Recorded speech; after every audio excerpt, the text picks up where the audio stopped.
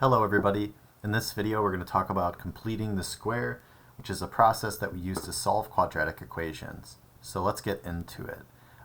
We can see here that we've got this quadratic that if we were to try to get this thing equal to 0 and try to factor it, it wouldn't be very nice. So you can take my word for it or you can check that out yourself, but what we're going to do is we're going to approach this by completing the square instead. So here's what we'll do. We'll rewrite the first two terms. We just write x squared plus 6x. Now what I need to do is I need to take half of this, half of 6, and I need to square that. So I need to take half of 6. That's what I'm doing right here. This is half of 6. And then I need to square it. But now I've introduced this new quantity into the equation, right?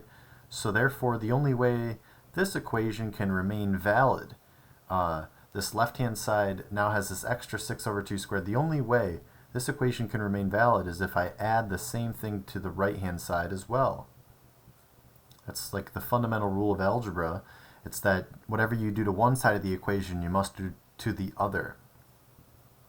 So, in doing this, notice that this right here is our perfect square. This is x plus, and really without much thought, I could just say this is x plus whatever's right here.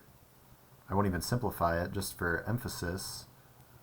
X plus whatever's right there squared plus 4, and that's equal to 13 plus whatever that is. So I'll just, again, just for emphasis, I'll just leave it like this. Now, this can be a little bit simpler, right? This is x plus 3 squared plus 4, and that's equal to 13 plus, well here, I'll do this in one step. This is 13 plus 3 squared.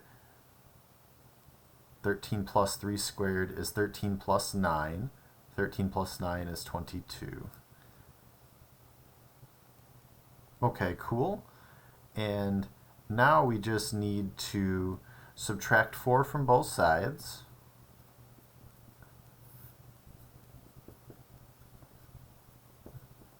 Take the square root of both sides. Remember the plus or minus sign because we're taking a square root of an even-powered thing.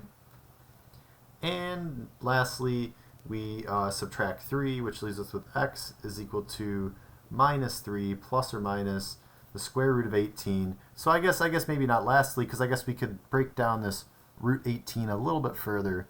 We could write this as, notice that this is the same thing as 9 times 2.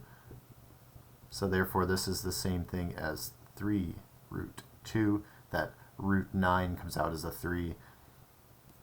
So these are the two solutions right here. These are the two solutions to our quadratic equation up above.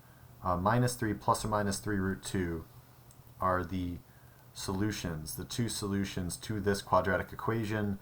Notice they have somewhat complicated looking roots. Those would have been hard to obtain by factoring alone, and that's what's advantageous about completing the square. So I hope you enjoyed this video. In the next video, we'll cover a more complicated example of completing the square.